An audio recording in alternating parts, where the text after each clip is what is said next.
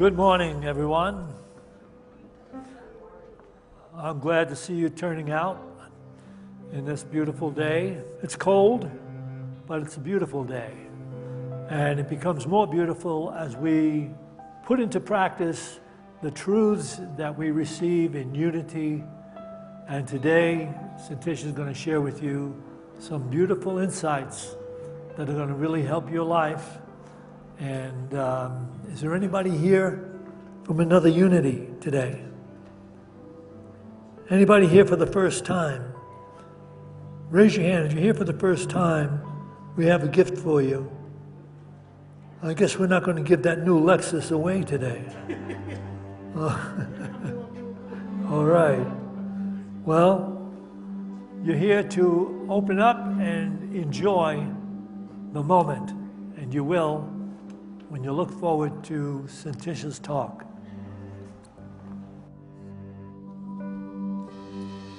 Good morning, everyone. Welcome to Unity of Boulder. I don't care what he had to say, it's not that cold outside. This is Colorado. This is a pleasant day. Thank you, everyone, for joining us. We love spending time with you both here in-house and online each Sunday. A few things that are coming up here at Unity of Boulder. Today we are following this service, at 1 p.m., we're going to be having a new membership class and orientation. It's free, you don't have to sign up, you just go right, it'll just be in Fellowship Hall. It goes from 1 to 2. It'll be taught by Jack and Santisha. It'll teach you about what it means to be a full member of Unity of Boulder and what goes along with that. So definitely check that out. Like I said, it's free. You don't have to sign up. Just walk right on in. Starting this last Friday and now every Friday going forward, we now have a Kundalini Yoga class here at Unity of Boulder, right here in Fellowship Hall. It's every Friday. It's taught by Rigpa LaJoy, who has studied Kundalini Yoga for over 22 years. She's an absolute master at it. Her first class went fantastic. Everyone had a great time. It is $20 to drop in. These are not the right prices. It's cheaper than $20 to drop in. It's cheaper. How much is it? It's 13. It's 13 to drop in, and it's $10 for seniors. But definitely check that out if you're looking for. And it's what time is that? Thank you. It's at 11:30 every Friday. I really gave myself some crummy notes here. You don't even want to see what these look like. Oh, all right. Thank you very much.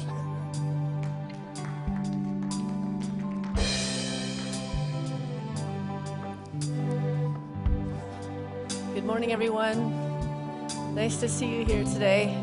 Thank you for joining us on live stream as well.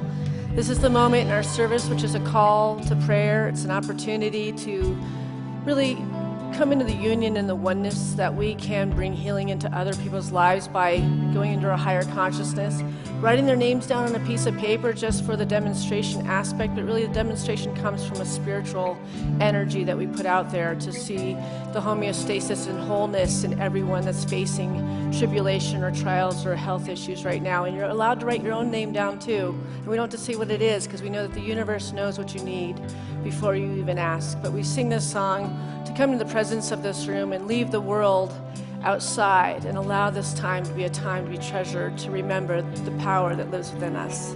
So join us in singing. May the long time sun shine upon you.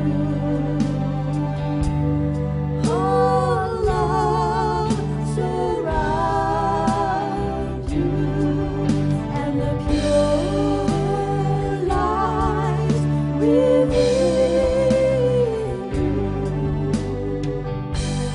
Guide your way home.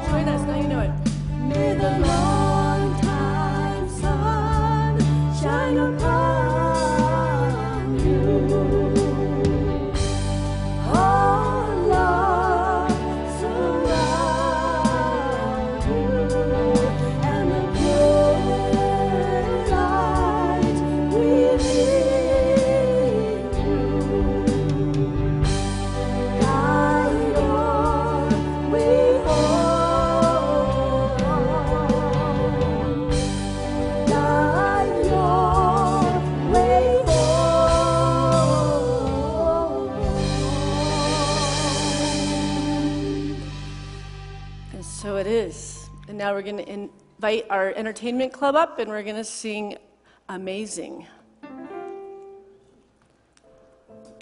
And we ask you to join us. We are kind of repeating the same 6 songs throughout the week so that you're learning them so you sing out. Because they say to sing is to pray twice. Join us, you can come up. It's not like you're auditioning anybody for it. Her mic needs to be turned on, Josh.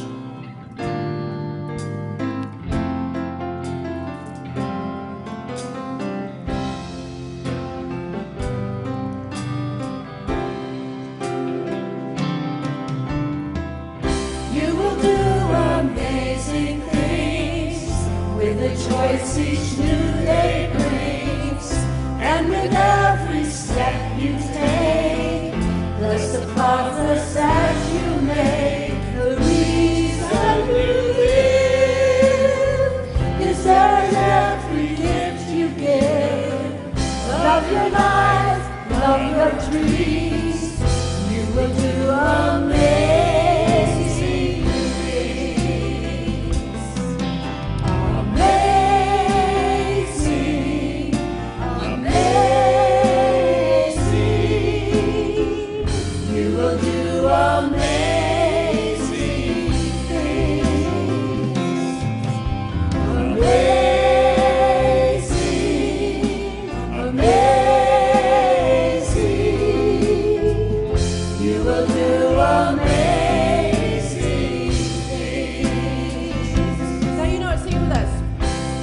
Places you will go, and the people you will know. Don't worry when or where or how. You don't need to know that now. You're on the right track. No need to look ahead or back. Just enjoy what this day brings. You will do amazing.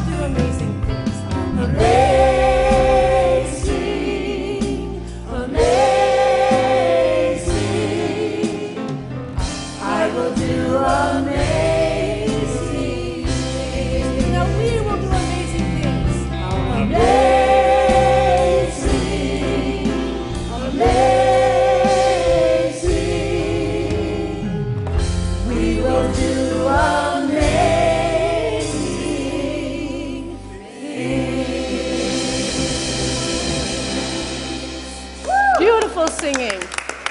Thanks for joining us.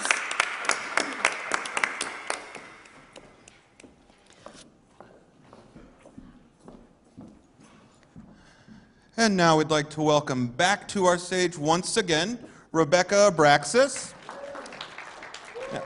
Now, Rebecca not only plays music, but every third Friday of the month here downstairs in the meditation room, she does an illuminated sound journey. And this is a celebration of love for this month. The sound journey features crystal bowls, Rebecca's vocal energy and healing to activate love, transmute false beliefs, and heal to remember our true selves. But this month, we are doing it on a different day. We're actually going to do it this Saturday, Saturday the 15th. So we're doing it on a slightly different day this month due to scheduling mishaps, mostly because I always seem to have bad notes. But the pre-registration is $30, and at the door, the tickets are $35. Sound good? All right, take it away, Rebecca. All right. And it's my mom's birthday on February 15th, so added love to the day.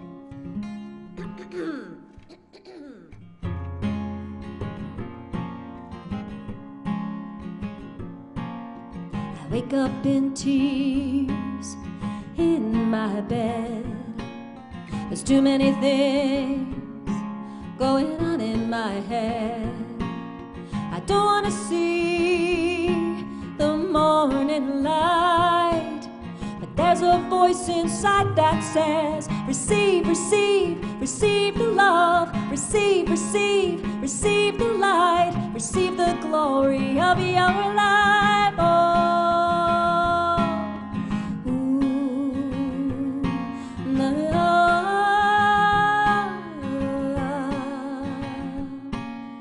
over there's a friend of mine telling me my life's divine. I meet her gaze with my surprise. But what if I saw through her eyes? Receive, receive, receive the love. Receive, receive, receive the light. Receive the glory of your life. Receive, receive, receive the love. Receive, receive, receive the light. Receive the glory of your life. Oh,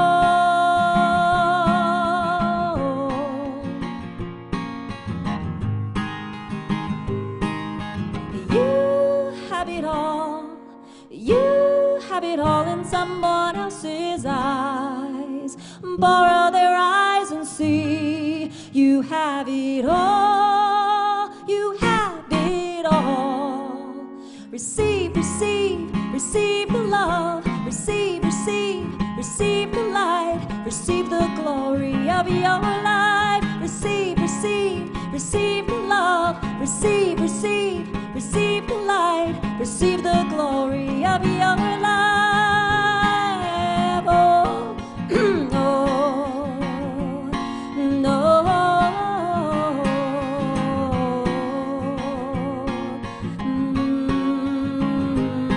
One more time. Receive, receive, receive the love. Receive, receive, receive the light. Receive the glory of your life. Receive, receive, receive the love. Receive, receive, receive the light. Receive the glory of your life. Oh.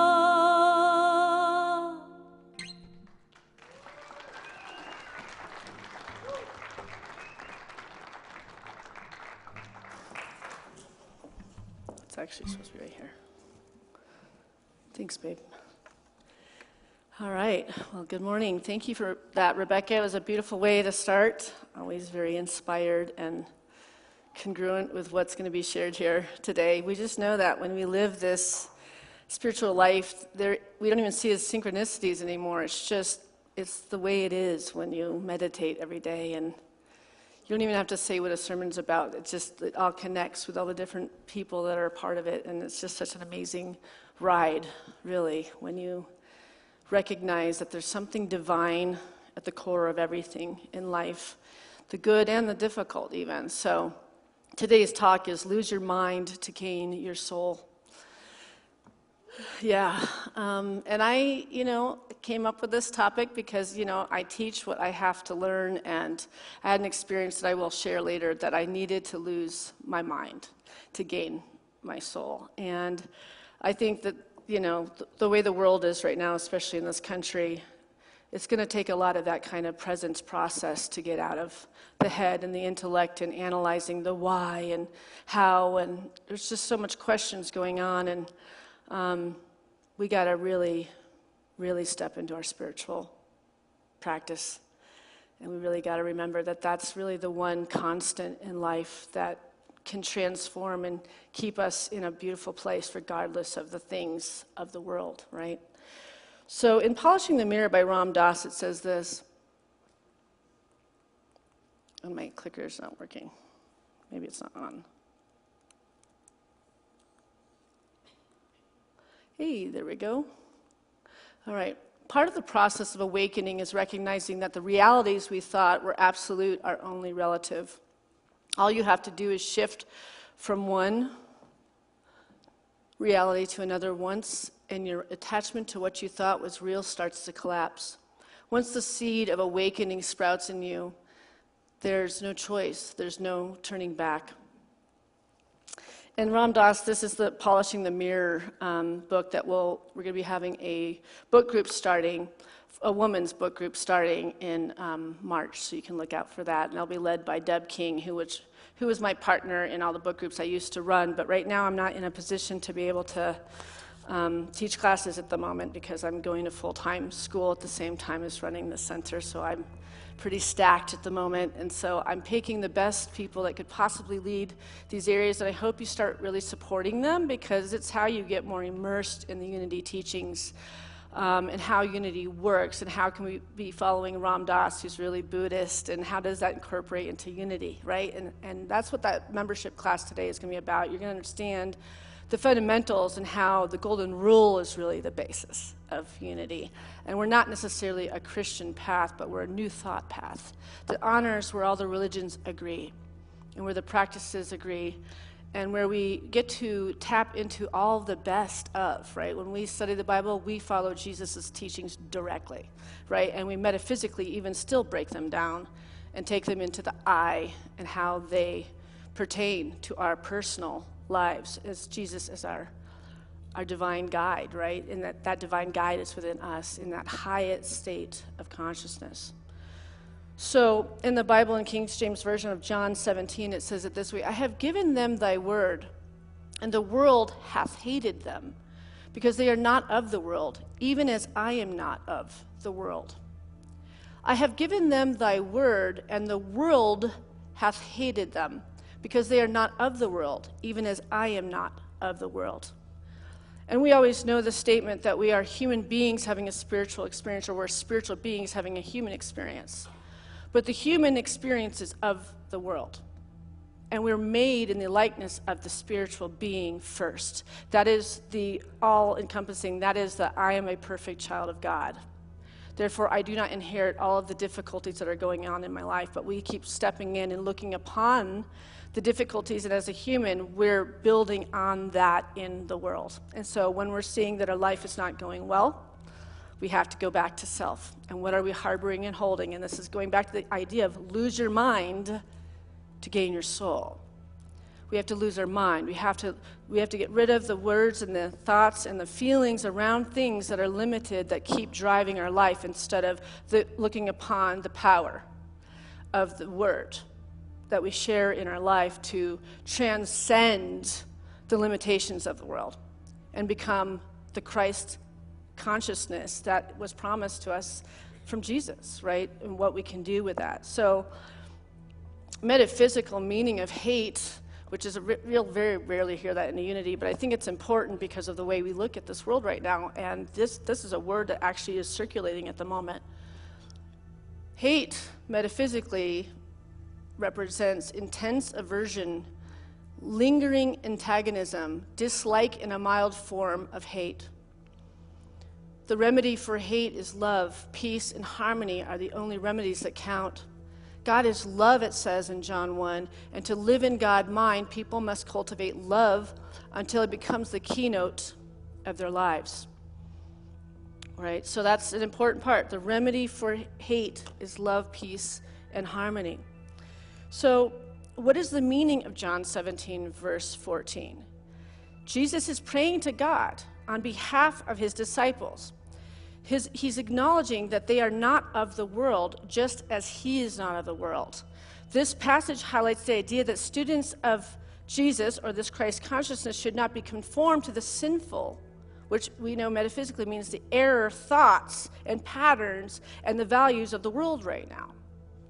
We get above it We transcend ourselves into something where we're not living in it, in the storm, being twirled around and being turned upside down because we're seeing things that we don't like and we're fearful, and it's bringing up all sorts of triggers, and everybody's mental health is staggering right now, and there's a lot going on, and yet we have to find that eye of the storm. And let all that stuff go around us, but stay in this high state of consciousness, because the only constant is spirit. And we aren't of the world. We are spiritual beings, right? And when we think we have to help the problems of the world, and obviously when we have an opportunity to be an ally for immigrants and an ally for LGBTQAI, and we have an opportunity to be allies for every race and ethnicity in this country, we do that too. But at the same time, we have to stay in this high state of consciousness so God guides us to be able to be participants and be helpers, and in between stay peaceful and be loving and be joyful and still find a way to enjoy every aspect of this life, because our good has not left us. And a lot of people talk to me that they feel that is the case. And if we keep looking upon the world and going into the fear of the world, we're adding unto this discord. And that discord is taking us over, right?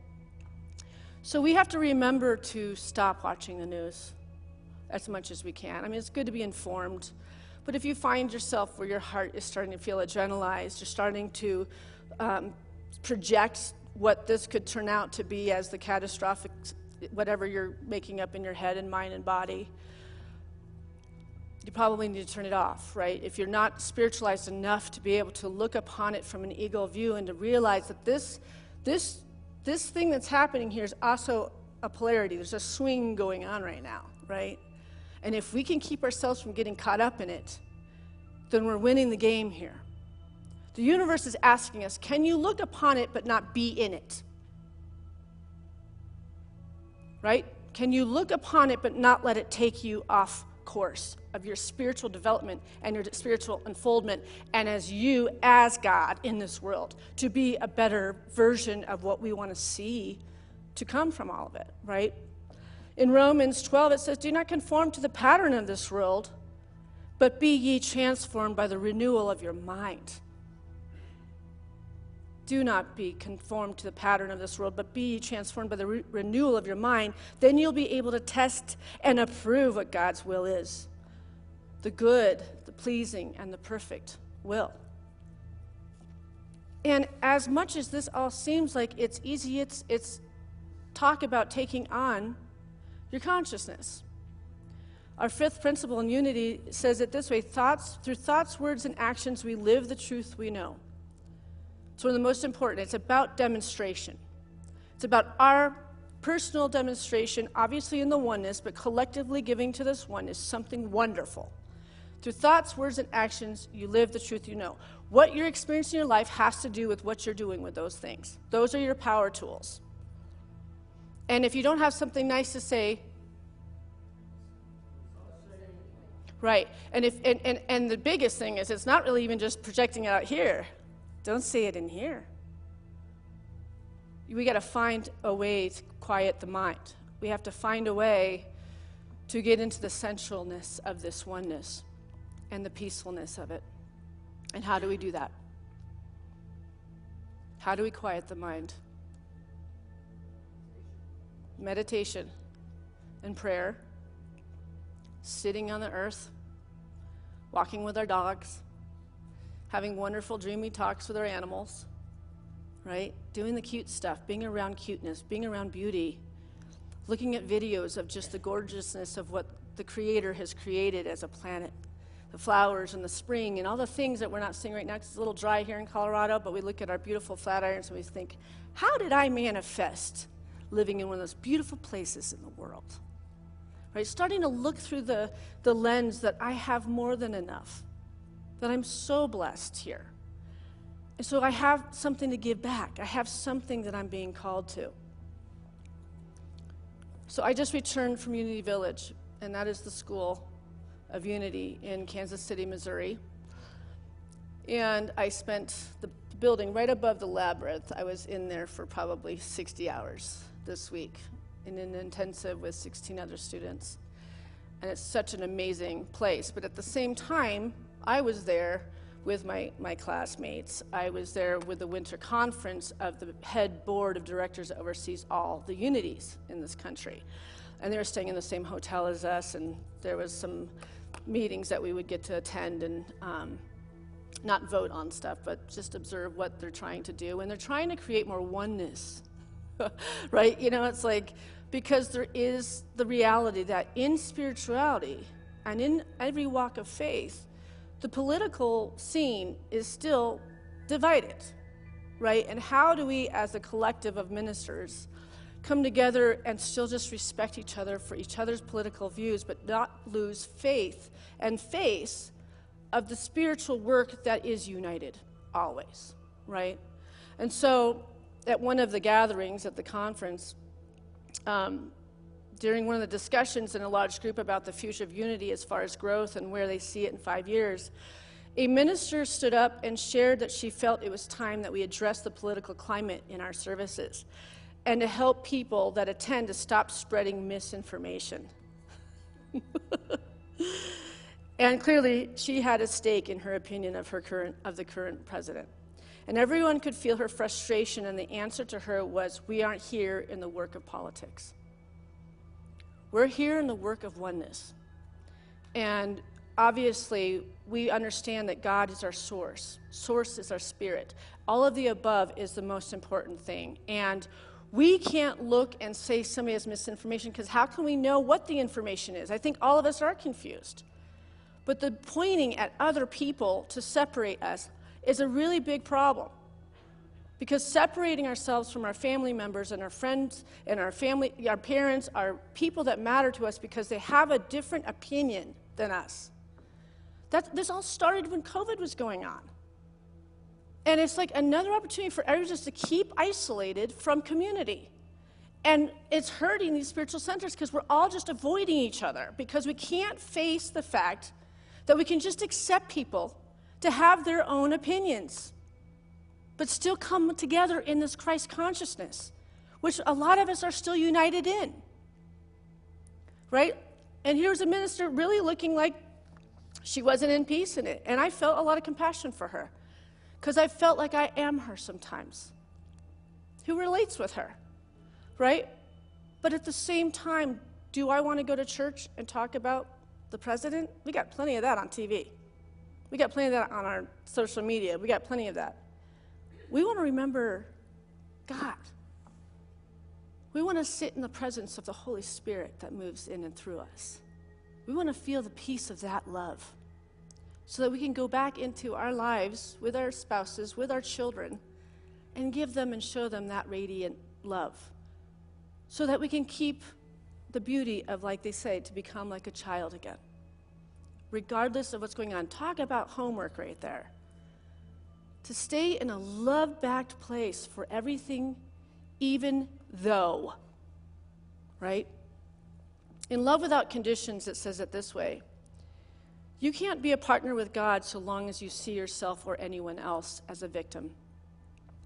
The awakened consciousness asks you to recognize the kingdom of God in your own heart. That is another way of saying that you reject the idea that God is separate from you. You reject the idea that you are unlovable or that your brother or sister are unlovable. You reject the idea of evil as an idea created in fear. You reject the idea that God's power can be abused. Once upon a time, you rejected your creative partnership with God. Now you're ready to reclaim it. Once upon a time, you entertained the idea that you could be unlovable in God's eyes. Now you reclaim your eternal love communion with God. Let's breathe that in. Now you reclaim your eternal love communion with God. That's all that's being asked. Because when we see the turbulence of the world, the only place we can find the resonance of peace and love is going within and feeling that communion with Source. God, I don't care what word you use. We don't care in unity. It's this universal presence that has intelligence, that we have access to move in and through and become the intelligence of that and be a conduit of it. whenever we decide we're ready to find true peace and leave the anxiety to the world and leave the sleeplessness to the world and leave the cut-offness to the world and remember the truth of who we are. The great Zen master Rinzai, actually I want to move on to PowerPoint for Eckhart Tolle here. He says it this way: the whole essence of Zen consists in walking along the razor's edge of now, to be utterly so completely present that no problem, no suffering, nothing that is not who you are in your essence can survive in you. In the now, in the absence of time, all problems dissolve. Suffering needs time. It cannot survive in the now. I like that. It almost makes you giggle. Suffering needs time. Like, we have to give it a lot of energy for suffering, right? We're putting a lot of time into that when it cannot survive in the now. And that's just a matter of, readjustment, going back inside. If we believe that there is a God, and we believe that there's a source that has action in us, then we don't need to know all the darkness that's happening in this world, but we tend to think that we need to know to keep up with it. Why do we have to keep up with it? We feel like we have to keep up with it because if we lose track, like somehow, because the world wants us to feel that way, that we have to stay tuned in because it's addictive, the gossip, the conversations with friends, there's a lot to talk about in it. But when you get that spiritual group, that spiritual center, that community of people that you get to speak about the high consciousness and the play and the work it takes to stay in that high consciousness, because anybody that's living in the lower nature wants to bring you down there with them. Can you stay above it and while they're talking you're going cancel, cancel, cancel, cancel? Right? We do that with healing work, right? We know that Unity was founded on Myrtle Fillmore's discovering the words in a talk that said, I'm a perfect child of God and therefore I do not inherit sickness. It's the same idea. So when you hear people talking of their cancer or of their disease or the cold they're feeling or the COVID they're feeling, when they're going into their symptoms, you let them say it, but you're just saying cancel, cancel, cancel, cancel. That's not coming into my experience because we are one. And in that oneness, we can take on. We're all empathic. We're all intuitive. And it can be used for discord, for our physical bodies, and for our actual experience here. So you go cancel, cancel, cancel, cancel, and you're basically like letting them vent what it is, but you're not taking this on your being because we're all fighting against an energy in this world that it's very easy to take on somebody else's pain. And then when they're done saying, you just bless them and you see them covered in prayerfulness, and you do the light of God surrounds you, the love of God enfolds you, the power of God protects you, the presence of God watches over you, wherever you are, God is. That's all they need is a prayer. You don't need to understand the disease that they're facing or the dis-ease that they're facing, because the collective has to get to a higher consciousness where we're not walking around with all this baggage. And a lot of times it's not ours. It's the people we choose to surround ourselves with. So the great Zen master Rinzai says it like this: in order to take his students' attention away from time, he would often raise his finger and slowly ask, what at this moment is lacking? What at this moment is lacking? A powerful question that does not require an answer on the level of the mind. It is designed to take your attention deeply into the now. A similar question in the Zen tradition is this: if not now, when? I mean, let's just take a collective right here. Like, let's just have a little, moment of visitation. This week, did you live in peace all week? So I have 2, 3 hands up. And that's amazing. So that's only happening because you are doing the deep work. You're doing the deep dive. You are embodying this relationship with the Holy Spirit or love or whatever word works for you. And the rest of us have been shaken here and there. And we've had probably bits and bops of absolute peace and joy and love. But then we can get thrown off. Who's been thrown off this week by the things of the world?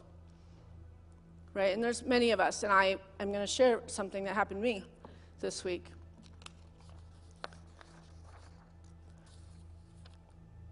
But I want to share this first, and it's, again, another passage from Polishing the Mirror.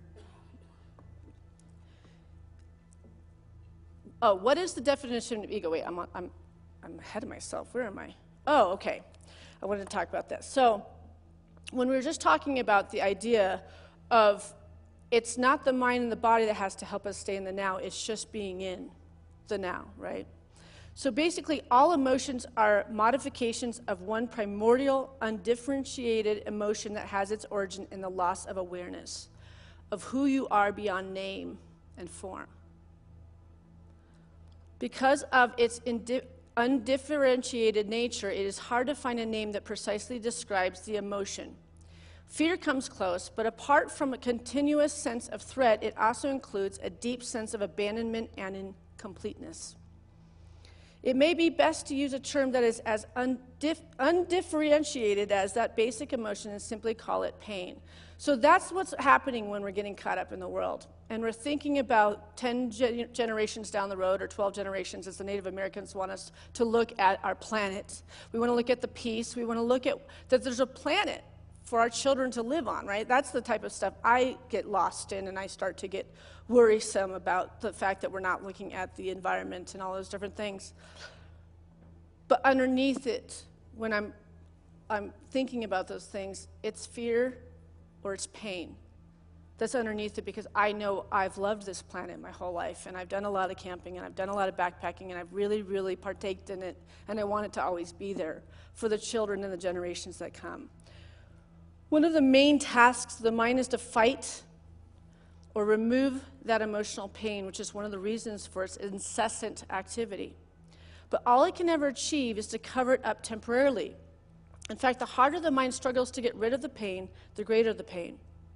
The mind can never find the solution because it is itself an intrinsic part of the problem. Imagine a chief of police trying to find an arsonist when the arsonist is the chief of police. Let's take that in again. Imagine a chief of police trying to find an arsonist when the arsonist is the chief of police, right? We get what this is saying. We're pointing at the speck in somebody else's eye when we have not addressed the logjam in our own. This journey is about recognizing where we're falling short, missing the mark. That's what sin is. When we see sin in the Bible, Unity refers to it as missing the mark. And we can do so. But the thing is, sin is it's not following us, and we're going to go to hell or heaven or something. It's about creating heaven in the midst of us, right here, today, in this moment. And the thing about missing the mark is all you have to do is just stop doing that. It's as easy as that. Nobody's condemning you. There's no God in the sky that's like, oh, I'm going to punish you for that.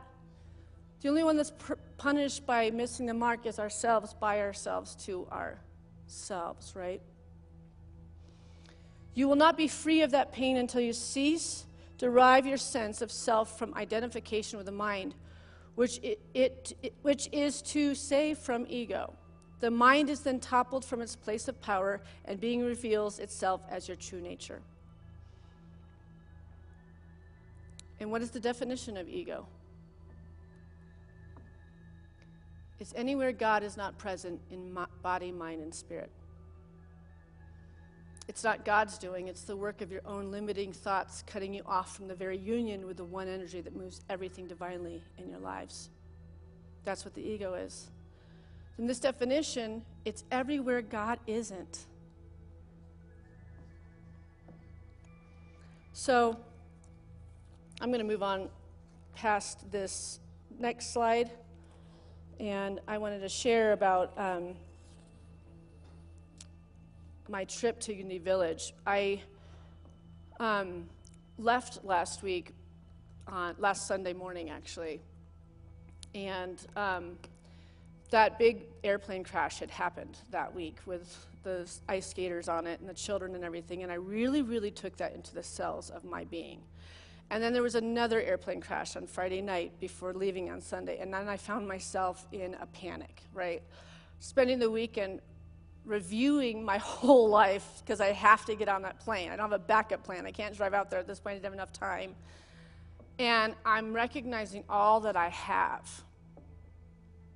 Everything that I have attained in my life or that I've demonstrated in this life, like all that where I've gotten to, I'm so close to finally achieving all of the things I've worked towards, right? But yet I could get on this plane and that could be the end, and I wasn't ready for it to be the end. So I got myself in a tizzy. I was a mess on Saturday night. The drive out there, Mike was dropping me off. I was very quiet. I wasn't sharing my fears with him. I was just off. And then the plane ride was so bumpy. And everybody's energy in that airplane was so off. You know what I mean? Like, I already don't like flying anyway. So let me just be very clear. I'm not a big fan of flying. Anywho, but I usually look like to the business people and the stewardesses to get a sense of their strength and like tap into that energy. Nobody had it. There was a fragility inside that airplane that was off. And when I landed, I was so happy to be alive, but I was absolutely overwhelmed.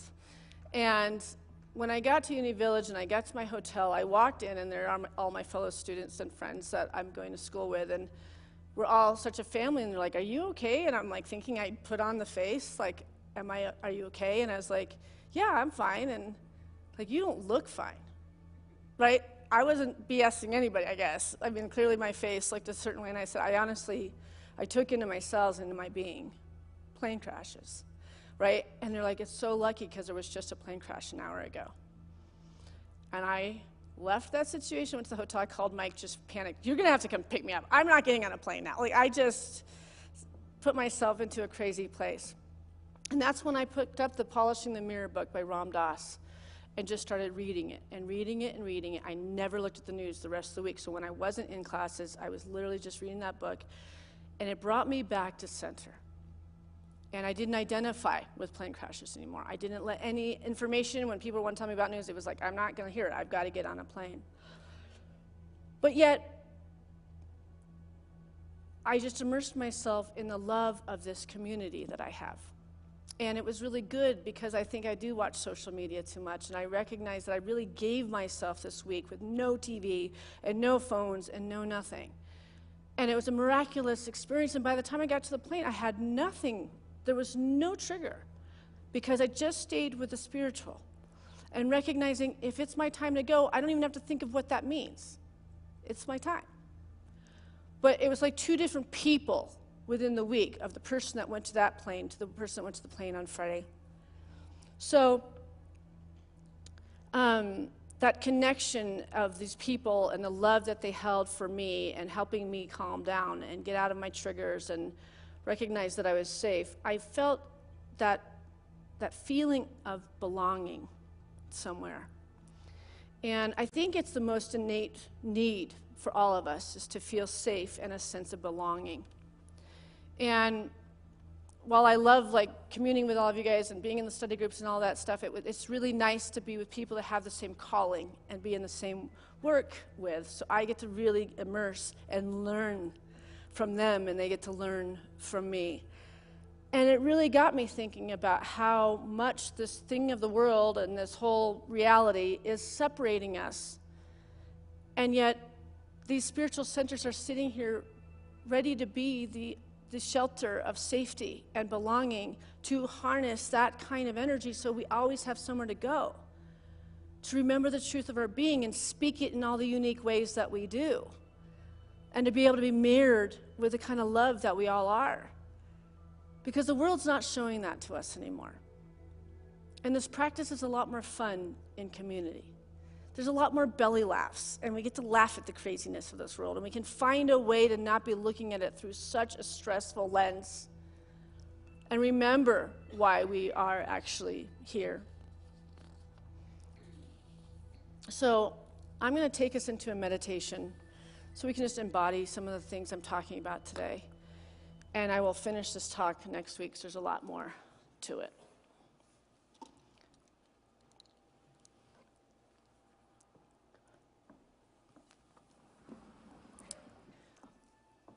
So let's just sit in our seats with our backs straight, so your head, neck, and chest are in alignment. And just take a deep breath and just let whatever parts of this sermon spoke to you and the parts that didn't, just let it go away. Whatever you heard that you needed, just take that with you today. So we're going to start by focusing in your heart area in the middle of your chest, where the spiritual heart is located.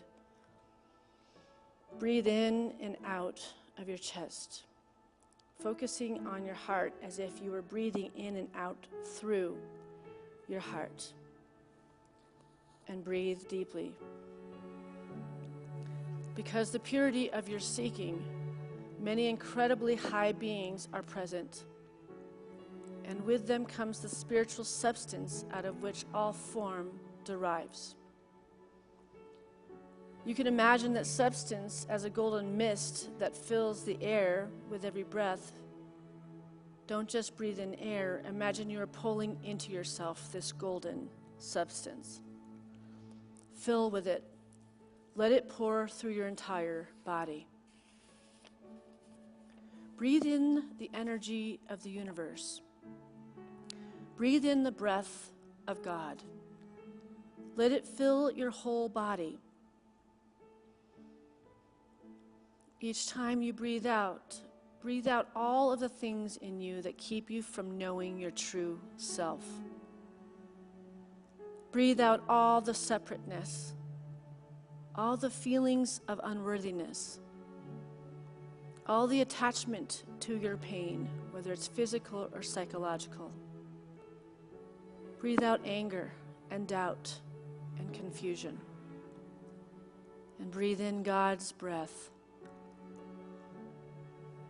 And breathe out all the impediments that keep you from knowing God as you in action. Let the breath be transformation. Now let the golden mist that has poured into your being focus in the middle of your chest. Let it take form as a tiny being the size of a thumb, sitting on a lotus flower right in the middle of your chest. Notice its equanimity, the radiance that comes from within. Use your imagination as you look upon this being. See that it is radiating light. See the light pouring out. As you meditate upon it, experience the deep peace that is emanating from this being. Feel as you look upon this being that it is a being of great wisdom. It's sitting quietly, silently, perfectly poised in your heart. Feel its compassion and its love. Let yourself be filled with its love. Now slowly let that tiny being grow in size until it fills your body. So its head fills the space of your head, its torso, your torso, its arms, your arms, its legs, your legs. So now in the skin of your body sits this being, a being of infinite wisdom, a being of the deepest compassion, a being that is bathed in bliss, a being of perfect tranquility. Let this being begin to grow in size. Experience yourself growing until everything in the room around you is within your body. All the sounds, all the sensory experiences are coming from inside you. Continue to grow. Feel your vastness, your peace, your equanimity. Your head extends into the sky. Expand until your town, your environment, and all those beings within them are contained within you. Experience the human condition. See the loneliness, joy, caring, a mother's love for her child. See it all.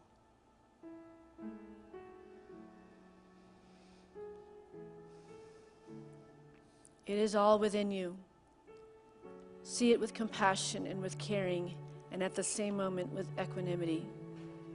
Feel the light pour through your being.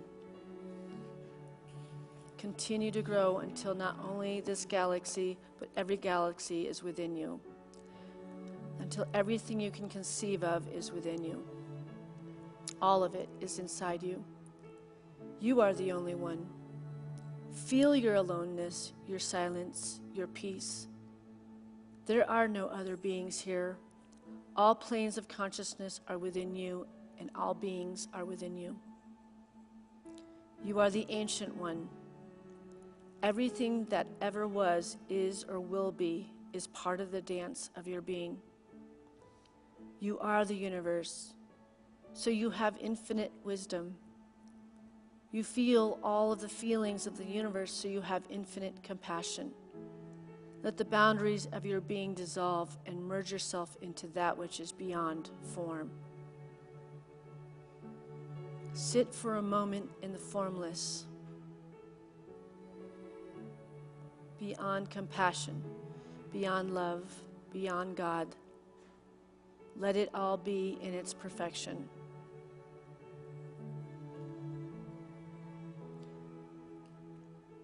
Now very gently and very slowly let the boundaries of your vast being, the One, reestablish themselves. Vast, silent all is within you. Come back from beyond the One and slowly come down in size. Come down through the universes into this universe until your head is once again among the planets and the earth is within you. Come down again until your head is once again in the heavens and the cities are within you. Come down in size until your head is at the top of your room, and stop here for a moment. From this place, look down into the room and find the being who you thought you were when you began this meditation.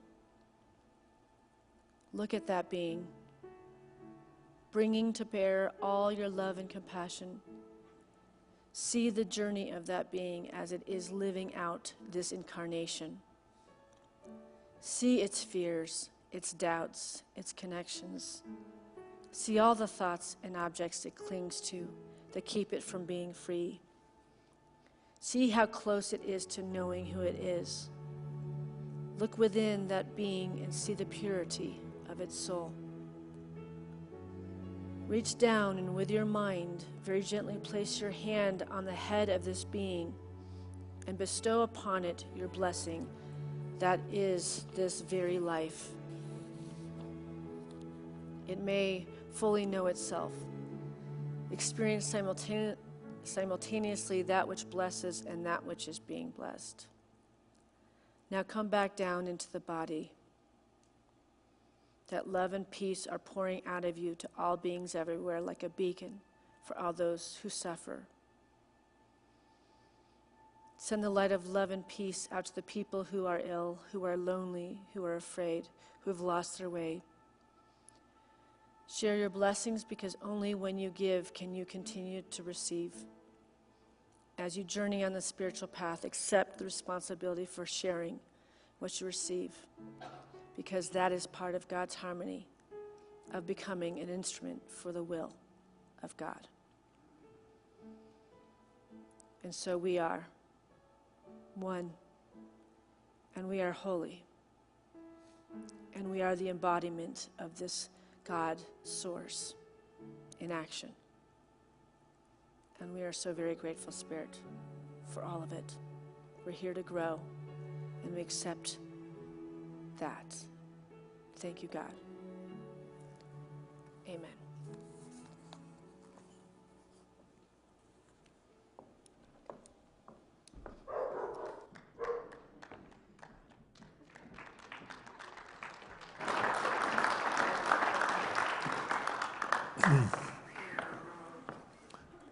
All right, another beautiful message we can use to enhance our lives.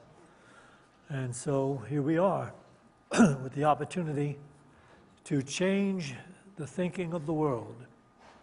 If we were to bring this into the world, we would have nothing else to worry about.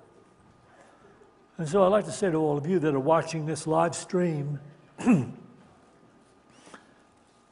do take some time to send a financial offering to Unity of Boulder, because it makes you part of that which you are really seeking, to become part of that which is transforming the thinking of the world to the thinking of God.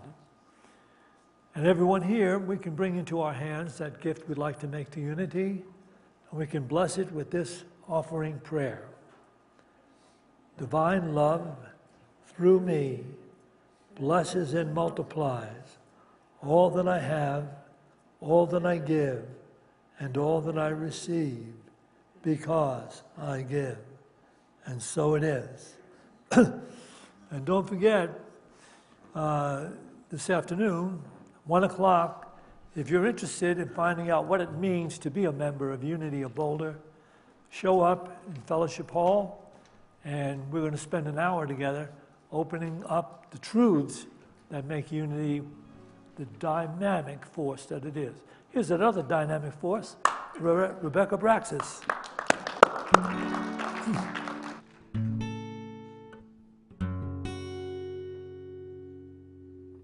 Catching up with me, there's a way to see beyond life's negativity, like the jolly sprite who comes to the children's door. They can see and they adore. It's only you behind the screen. What will you let yourself see? So give in to the love that's in your heart, or give in to what joy allows, or give in to all that heaven has for you right now, or give in. Spring flower fairies, they kiss and they marry, they do the shimmers in the sunrise. There's always more than enough. Some keep the score, breeding the lack that we abhor. It's only you who holds you back. Bright as your mind sees such a lack. Oh, give in to the love that's in your heart. Oh, give in to what joy allows. Oh, give in to all that heaven has for you right now. Oh, give in. Change your mind from the same old line. Turn it around until you like the sound. Follow it through until it feels like you, really feels like you. Turn it around, turn it around.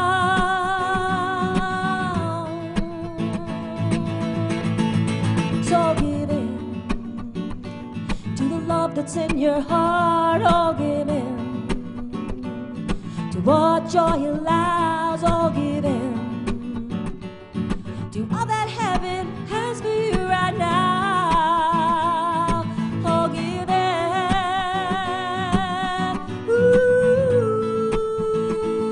Ooh, can I get a clap? Oh, give in to the love that's in your heart. Oh, give in to what joy allows. Oh, give in to all that heaven has for you right now.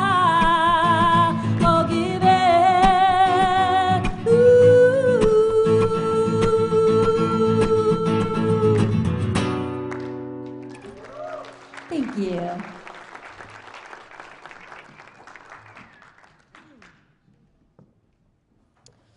All right. Thank you, Rebecca. It's always so enjoyable to have her perform here. All right, so I will have my discussion group at the back of the sanctuary back here if you want to just join us. We just kind of wrap about the sermon and things that are on your heart for about 30 minutes, because then I have to prepare to lead the membership class that we'll be doing. That's free at 1 o'clock. It's just going to be till 2 o'clock. And then there'll be a ceremony next week for those of you that want to become official members of Unity. And there's some benefits to it, and it's really just a consciousness choice to want to give of your consciousness to this beautiful center that gives so much to the community. We had a new member Sunday, so they'll be inducted into the Unity membership next Sunday during the second service. During the second service, okay. And we have prayer partners available to you if you're facing a challenge today and they're wearing these white sashes. At the closing of the service, you can stay seated where you're seated, and they'll come and find you and take you down to our beautiful meditation room and pray with you. Anything else? All right, let's all rise and sing Let There Be Peace on Earth. Let there be peace on earth, and let it be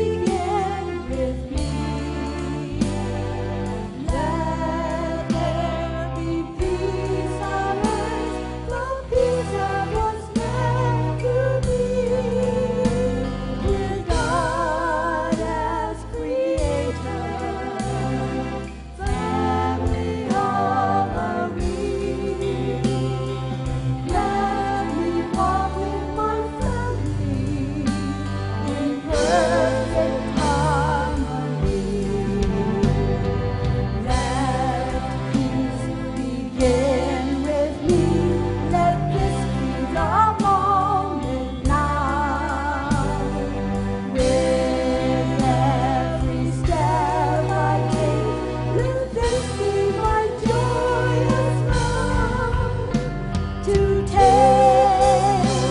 and live in peace eternally. Let there be peace on earth, and let it begin with me. I also want to announce that we have the open source young adults group for 18-year-olds to 25-year-olds starting at 12:30 in the bookstore conference room. So anybody of that age group, it's also a free group for young adults to meet every second and fourth Sunday of the month from 12:30 to 1:30. All right, and a spiritual center that dances together stays together. Here we go. I release and I let go. I let the Spirit run my life, and my heart is open wide. Yes, I'm only here for God. No more struggle, no more strife. With my faith I see the light. I am free in the Spirit. Yes, I'm only here for God. I release and I let go. I let the Spirit run my life, and my heart is open wide. Yes, I'm only here for God. No more struggle, no more strife. With my faith I see the light. I am free in the Spirit. Yes, I'm only here for God. I release